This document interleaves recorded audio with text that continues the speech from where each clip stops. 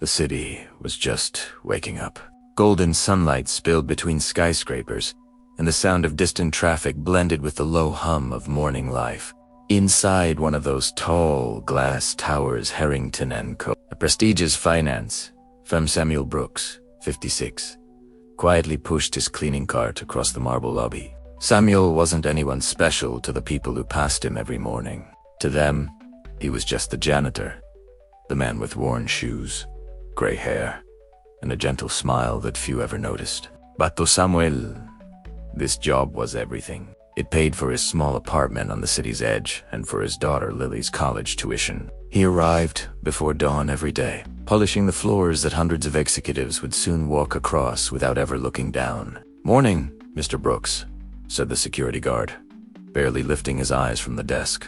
"Morning, Tony," Samuel replied, cheerful as always. Despite the quiet dignity he carried, life wasn't easy. His back ached from years of lifting, and his uniform, say navy blue, had faded to a dull gray. Still, Samuel took pride in his work. He often whispered to himself, "If I can leave this place shining, maybe one day life will shine back at me." By 7 a.m., the office began to buzz with energy. Assistants hurried past, carrying coffee trays. Phones rang.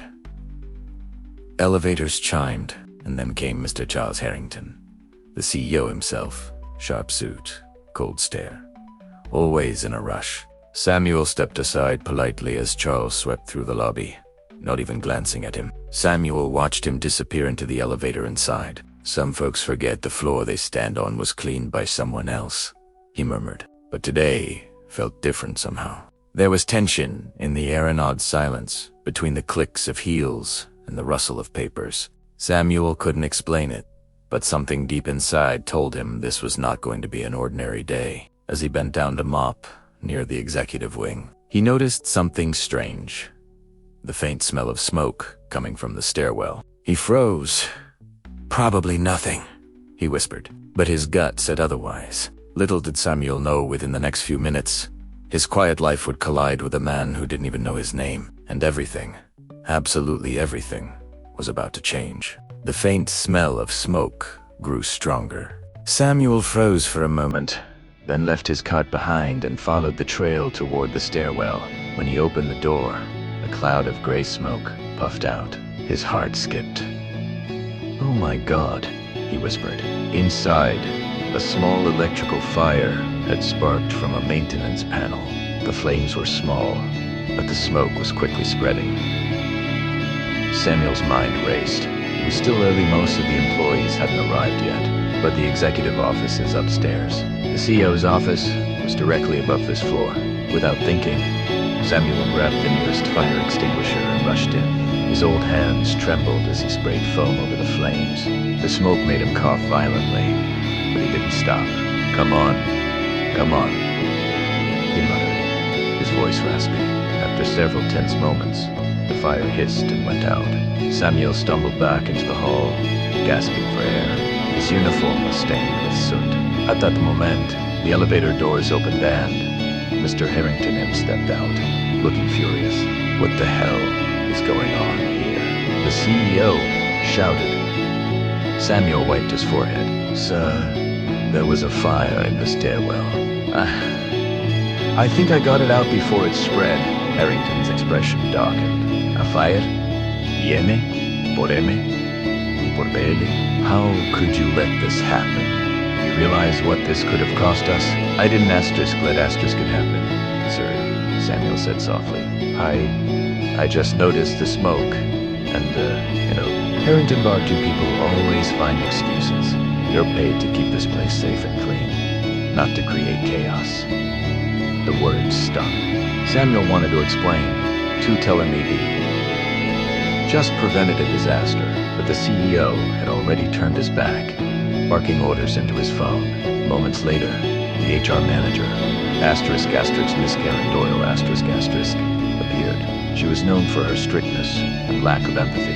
"Mr. Harrington," she said, "I've already called maintenance. They'll handle it." "Good," Harrington snapped. "And make sure this doesn't happen again. Maybe it's time we review our janitorial staff. Some of them are getting carrots." Samuel felt his chest tighten. Sir, please, he said quietly. I swear I did my best. Karen shot him a sharp look. That's enough. Samuel got go. Clean yourself up before you make the lobby look worse. He lowered his eyes. Nodded. Yes, ma'am. Later that morning, Samuel sat alone in the break room, his hands still trembling slightly. His co-worker, Asterisk, Louisa. Hey, man, I heard about the fire. You okay? Samuel sighed. Yeah, I'm fine. But Mr. Harrington thinks it's my fault. Louise frowned. That's crazy. You, Asterisk.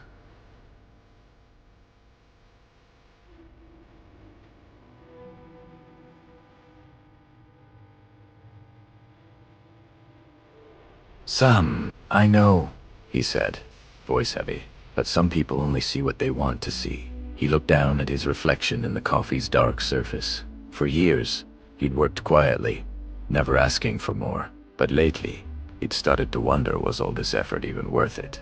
Hey, Louise said gently, don't let it get to you. People like him, they forget we're human too. Samuel forced a small smile. Maybe one day they'll remember. That afternoon, Samuel was called into the HR office. Karen sat behind her desk, flipping through papers. Samuel, I've reviewed this morning's incident. Mr. Harrington is very concerned about the safety protocols. He stood nervously. Ma'am, I reported the problem as soon as I saw it. If I hadn't acted fast, the fire could have. She interrupted coldly. Yes. We're aware. But the fact remains that the fire originated in an area under janitorial supervision. Samuel's eyes widened. You're saying this is Asterisk? My fault, Asterisk. Karen looked up, expression blank. We're not assigning blame. We're simply evaluating performance. There have been some complaints about your work speed lately. My speed. He almost laughed. Ma'am, I've never missed a day in 15 years. Karen gave a thin smile. That may be true, but times are changing. The company is considering outsourcing janitorial services. Efficiency. You understand? The room fell silent. Samuel felt a cold wave wash over him. Outsourcing. It wasn't about the fire at all. They were planning to replace him. He swallowed hard. After everything I've done here. After today, Karen's tone was icy. You'll be informed of any decisions soon. That'll be all, for now. As he walked out, his chest ached not just from the smoke earlier, but from something deeper. He had risked his life to protect a man who wouldn't even look him in the eye. And now, somehow, Asterisk was the one who might lose everything. For the next few days, the atmosphere at Harrington & Co. felt colder than ever. The fire had been contained, but rumors spread faster than smoke. People whispered in hallways, pointing discreetly as Samuel passed. That's the janitor who caused the fire. One young intern murmured. Another replied, he's probably getting fired soon. Samuel heard every word, though he pretended not to. He just kept pushing his cleaning cart, his face calm but his heart heavy. That evening, when the building emptied and silence filled the glass halls, he stayed behind, polishing the floor in front of the CEO's office that gleamed with wealth and power. Behind that door, he imagined Harrington sitting comfortably, unaware of how close he'd come to tragedy. He whispered to himself, I saved his life, and now I'm the problem. The next morning, Samuel decided he couldn't just wait to be dismissed. He knocked on the HR door again. Karen looked up from her computer, clearly annoyed. Samuel, I told you. Please, he interrupted softly. Just a few minutes. I think you should hear my son. She sighed and gestured for him to speak. I've worked here 15 years, he began. I've cleaned up after every storm, every flood, every mistake nobody else wanted to handle. I didn't start that fire, I stopped it. If I hadn't been there, this entire floor could have gone up in flames. Karen's expression softened slightly, but only for a moment. I understand you're upset, Samuel, but this isn't personal. It's business. Business, his voice cracked. You're talking about replacing people's lives with cheaper contracts. You can't treat people like disposable tools. Karen's tone turned defensive. Decisions like these come from above, Mr. Harrington believes. Mr. Harrington doesn't even know my name, Samuel said bitterly. There was silence. Karen looked down, as if she couldn't deny it. I'm sorry, Samuel. There's nothing more I can do. He left the office quietly, but inside, something had shifted. For years, he'd accepted being invisible. Now, he wasn't sure he could anymore. That afternoon, as he emptied trash bins on the top floor, he overheard voices through a half-closed door. It was Harrington and 2 board members. Unacceptable that a fire happened under our noses, one said. Harrington's voice followed, cold and sharp. I don't care if that janitor saved the day. The media can't hear about this. We need to remove him before anyone talks. Samuel's heart stopped. Asterisk. Remove him. He stepped back slowly, his hands trembling. The mop handle slipped and clattered to the floor. The voices inside went silent. The door swung open. Harrington's piercing eyes met his. Samuel, the CEO said coolly, I hope you're not eavesdropping. No, si primera cua is just good, Harrington interrupted. Then do your job and stay out of places you don't belong. Samuel lowered his gaze. Yes, sir. As he walked away, anger burned behind his eyes. Not just anger, betrayal. He had risked his life for this man, and now that same man was planning to erase him like he never existed. That night, Samuel couldn't sleep. The words replayed in his mind. Asterisk. Remove him before anyone talks. Asterisk. He sat at his kitchen table, a cup of cold coffee untouched. The faint hum of the refrigerator was the only sound. Lily's photo sat nearby his daughter, smiling in her college graduation gown. She was the reason he endured everything. He whispered to her picture, what would you do, sweetheart? Walk away, or stand up for what's right? The next day, he made his choice. Samuel came to work early again, but this time, he wasn't carrying just a mop. In his hands was an old Fedora record of safety reports he had filed over the years. Warnings the management had ignored. He had proof that the electrical problem causing the fire had been reported months ago. He looked at the building towering above him, steel and glass reflecting the morning sun. If they want to take everything from me, he muttered, then they'll have to hear the truth first. As he walked inside, determination replaced fear, but deep down, he knew standing up to people like Charles Harrington came with a price. And soon, that price would be higher than he ever imagined. Morning sunlight poured through the glass walls of Harrington and Co., gleaming off polished floors that Samuel had cleaned for years. But today, he wasn't here to polish floors. He was here to be asterisk, heard, asterisk. His heart pounded as he clutched the folder against his chest, the one filled with maintenance reports, emails, and ignored safety warnings. He'd stayed up all night reading them, realizing the truth. Asterisk. Asterisk, the fire wasn't an accident. It was the result of cost-cutting decisions that management asterisk Harrington himself asterisk had approved months ago. As employees gathered in the lobby for the CEO's staff safety briefing, Samuel stood at the back. Unnoticed, as always, Charles Harrington stood on stage.com and commanding, his voice echoing through the hall. Thanks to our swift response, he said smoothly. The recent fire was contained without major damage. Our company's commitment to safety remains our top priority. Samuel's fists tightened. Asterisk lies. Asterisk, Harrington continued. I want to personally thank our incredible staff and leadership team for keeping this company strong. What about the janitor who actually stopped the fire? The room fell silent. Heads turned. The voice came from the back, Samuel's voice. Strong, trembling, but clear. Harrington blinked. Excuse me. Samuel stepped forward slowly, eyes locked on the man who had tried to erase him. You thanked your team, sir, but you forgot the one person who risked his life that morning. A murmur rippled through the crowd. Harrington forced a polite smile. Ah, yes. That's Samuel, isn't it? Of course, we appreciate your quick thinking. No, Samuel cut him off. You don't appreciate it. You blamed me.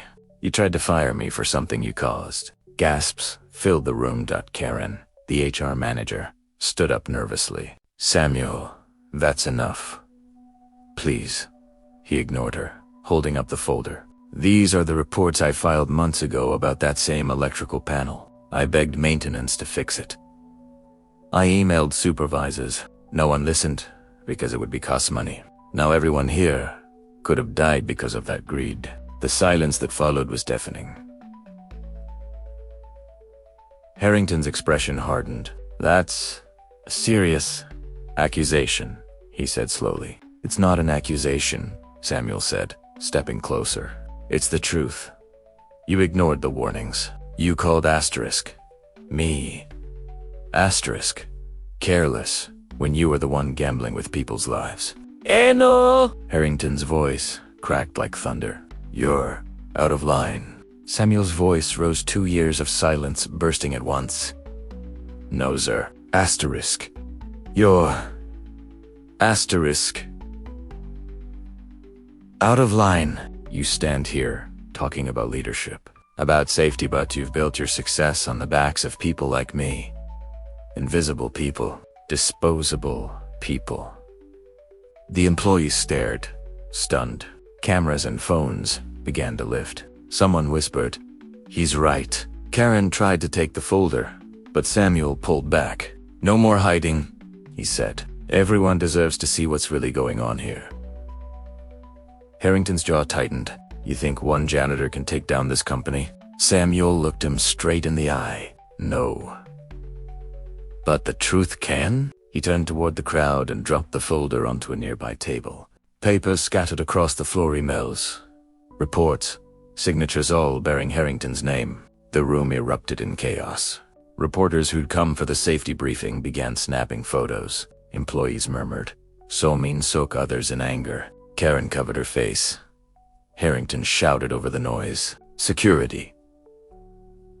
Get him out of here." 2 guards approached, but they hesitated. None wanted to touch the man who had just exposed the company's darkest secret. Samuel stood tall, voice steady, despite the storm around him. "I'm not afraid anymore. I may lose my job today, but at least I won't lose my soul." And then another twist. A young woman stepped forward from the crowd. Lily Samuel's daughter. She'd been there for a job interview that morning. "Dad," she said, eyes wide with tears. Harrington froze. "Your daughter." Lily turned toward the CEO. "My father saved your life, and you tried to destroy his. I hope you remember that when the world finds out who you really are." The entire room fell silent again, this time not from fear, but from shame. Samuel looked at his daughter, pride softening the fury in his chest. "It's okay, sweetheart," he whispered. The truth needed to come out. In that moment, he wasn't just a janitor anymore. He was the man who stood up to a system built to silence him. For the first time in years, everyone in that building finally saw. Him. News outlets replayed the footage from the day before. Samuel's trembling voice, his defiance, his courage, it all went viral. For the first time, the man who had been invisible his whole life was finally seen. Inside Harrington & Co., the atmosphere had shifted completely. The board launched an internal investigation. Karen resigned quietly, and Charles Harrington, the man who once barked orders without ever looking down, was forced to step away pending review. Samuel returned to the building one last time, not as an employee, but as the man who'd changed it forever. Colleagues who once ignored him now greeted him with warmth and gratitude. "Mr. Brooks, thank you for what you did," one of the young interns said softly. "You reminded us what integrity looks like." Samuel smiled faintly. "I didn't do it to be a hero," he said. "I just couldn't stay silent anymore." At the far end of the lobby, he noticed a new plaque on the wall, in honor of Samuel Brooks, whose courage and honesty protected this company and its people. He stared at it quietly, tears forming in his eyes. For years, he had cleaned the same marble floor beneath it, never imagining his name would one day shine there. Lily joined him, her arm slipping around his. "You proud of yourself?" "Dad?" she asked, smiling through tears. He chuckled softly. "I'm proud. I didn't give up." Sometimes the smallest voice can echo the loudest when it finally speaks the truth. As they stepped outside, the sunlight bathed the city in gold. Samuel looked up at the towering glass building once, a symbol of power and indifference. Now, to him, it was a reminder that even the lowest floor can shake the highest office. He took a deep breath, the weight of years finally lifting from his shoulders. In a world where people are often judged by their titles and not their hearts, Samuel Brooks proved that dignity doesn't come from the suit you wear, but from the courage to do what's right. No matter who's watching, never underestimate the quiet ones. They might be the reason everything still stands.